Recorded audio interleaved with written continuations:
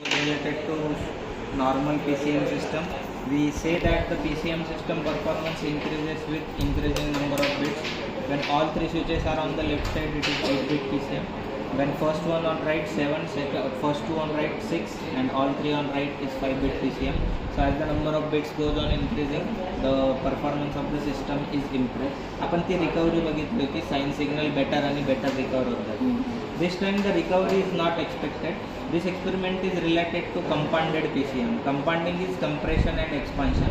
त्यामध्ये particularly we will be concentrating on the compression because expanding is the exact opposite operation of the compression. What exactly is a compounded PCM? Why you get the better performance in presence of compressor? That we have discussed when we discussed theory related to this particular practical in the last practical session. So I will not go into the details. But what compressor does is it gives you more range of voltages to the smaller input voltages because inherently you have lesser amount of amplitude levels more prominent in any signal, in any voice signal as compared to higher voltages. So more number of quantization level should be given to the lower voltages. So instead of changing the quantization level, that is not in our hand because the number of bits are fixed. Bits are fixed म्हणजे quantization levels fixed आहे.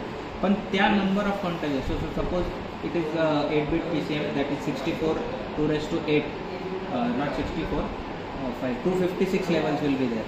So out of 256 levels, 200 levels will be given to the smaller voltages because smaller voltages are converted into a wide range of voltages using the compressor. And only 56 voltage levels will be given to the higher voltages. त्यामुळे आपोआप तुमच्या सिस्टमचा SNR improve होणार आहे. Small amplitude is amplified you can say initially and higher amplitudes are compressed असं तुम्ही म्हणू शकता. ते ॲम्प्लिफाय केल्यामुळे सिग्नल पॉवर ऑटोमॅटिकली वाढते. सो सपोज नॉईज तेवढाच राहिला तरी सिग्नल स्ट्रेंथ वाढली म्हणजे तुमचा SNR वाढतो आणि तुमच्या सिस्टमचा परफॉर्मन्स इम्प्रूव्ह होतो. That is what we are suppose to verify in this experiment. So there is some observations related to specification. There are some observations that we have already done in normal PCM, but still we are going to repeat it. So first you start with the signal observation. So there is a signal generator of which amplitude can be varied using this knob, frequency can be varied using this knob. You are supposed to check out what is the minimum and maximum frequency. Then usually we operate at two different frequencies. One small frequency of 20 Hz and second the large frequency of 500 Hz. So keep this frequency equal to 20 Hz. This amplitude is variable. Right. Now before doing the experiment, let us adjust the gain of ADC and DAC, that is DC level. So in DC coupling, when you observe the input of ADC, you get a DC level. So check out the cursor. Adjust the cursor, you can see that the cursor is equal to 2.40 volt. So obviously the output should also be equal to 2.40 volt. You connect it over here. Someone has already adjusted it. Okay. If it is not adjusted, असं कुठे बाहेर असेल तो किंवा इकडे रेंजच्या बाहेर असेल, just move this knob. Don't move anything else. That will change the scale. May lead to some differences in the DC value. That will reflected in the noise. त्यामुळं आपल्याला हे ॲडजस्ट करायचं. Once you adjust this, the first task is to see the compressor curve. तो जो असा curve आपण बघितला होता त्याच्यासाठी काय करायचं, हे इनपुटला द्यायचं. Signal should be given at the input and observe the compressor output. Obviously you are suppose to measure the output voltage with respect to input voltage. So first table will be serial number. You are going to name the table as compressor characteristic. So serial number, input voltage and output voltage. Input voltage of the compressor and output voltage of the compressor. So एका चॅनलला मी आता output लावलेलं आहे, एका चॅनलला मी input लावलेलं आहे आणि दोनही मेजर करायचे आहेत आपल्याला सायमल्टेनियसली. इनपुट व्हॅरी करायचं आणि आउटपुट मेजर करायचं. इनपुट ज्यावेळेस 0 आहे त्यावेळेस तुम्हाला काहीच दिसणार नाही. त्यामुळे थोडंसं इनपुट सुरुवातीला सिग्निफिकंटली हाय घ्यायचं. ते आत्ता किती आहे, सपोज इनपुट इज 3.4 वोल्ट. ठीक आहे. तर हे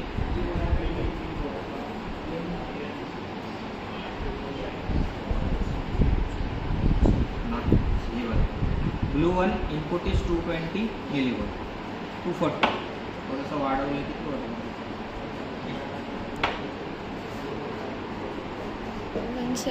170. Now see what happens is initially there is change in the output as input changes. ठीक है.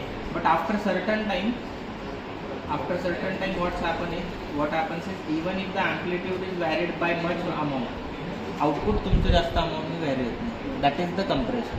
म्हणून काय करायचं, रीडिंग घेते वेळेस 0 to 2 वोल्टपर्यंत 8 ते 10 रीडिंग घ्यायचं आणि 2 वोल्टपासून पुढे डायरेक्टली 2.5, 3, 3.5, 4, 4.5 आणि 5 वोल्ट असं घ्यायचं. ठीक आहे. आता ह्या केसमध्ये कमी रीडिंग काय घेत आहे, सपोज 200 मिलीवोल्ट, 400, 600, 800, 1, तर 200 एक्झॅक्ट सेट नाही झालं तरी चालेल, 220 झालं चालेल, 420 झालं तरी चालेल, पण एक रीडिंग एक्झॅक्ट घ्या, दॅट इज ऑफ 1 वोल्ट. म्हणजे इनपुट 1 वोल्ट ठेवायचं, input voltage should be exactly equal to 1 volt peak to peak. ही रीडिंग मस्ट आहे. त्याला कारण हे आहे की आपल्याला दोन्हीसाठी कंप्रेशन कॅल्क्युलेट करायचं, त्यावेळेस आपण 1 वोल्ट ठेवू. 1 वोल्टसाठी आउटपुट तुमचं पिक टू पिक 3.80 आहे. तर ही रीडिंग आपल्यासाठी मस्ट आहे, कारण आपण नंतर SNR with compressor without compressor calculate करणार आहोत. तर without compressor amplitude will be 1 volt, with compressor amplitude will be given through the compressor. त्यामुळे सिस्टमला इनपुट कंप्रेसरचा आउटपुट म्हणजे 3.8 वोल्ट. ठीक आहे. सो पहिला table, serial number, input voltage, output voltage, अख्खं टेबल घ्यायचं. हे मी थोडंसं वाढवून दाखवतो तुम्हाला. याला तुम्ही म्हणजे नॉट नेसेसरी, फक्त दाखवतोय तुम्हाला. तुम्ही XY मोडमध्ये गेला हा तुम्हाला कंप्रेसरचा कर्व दिसतो. आता हा उलटा दिसतोय कारण हे दोन वेगवेगळ्या चॅनल. आपल्या चॅनल वायला म्हणजे चॅनल 2ला आउटपुट पाहिजे, चॅनल 1ला इनपुट पाहिजे, तिथे 2ला इनपुट. आता मी जर युटिलिटी डिस्प्ले XYला जर गेलो तर तिथे तो कंप्रेसरचा कर्व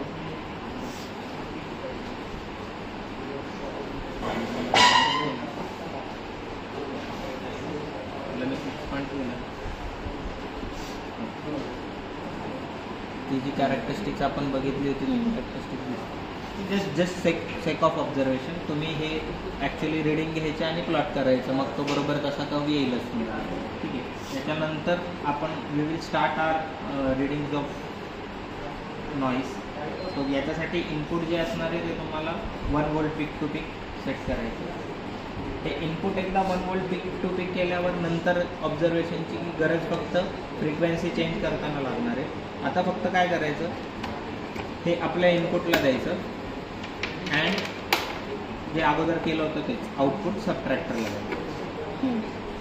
इनपुटला द्यायचं, आउटपुट सबट्रॅक्टरला द्यायचं. 8765 बिटला 4 बिट 8765 बिटला किती नॉईस येतो मेजर करायचं, जे अगोदर टेबल केलं होतं तेच.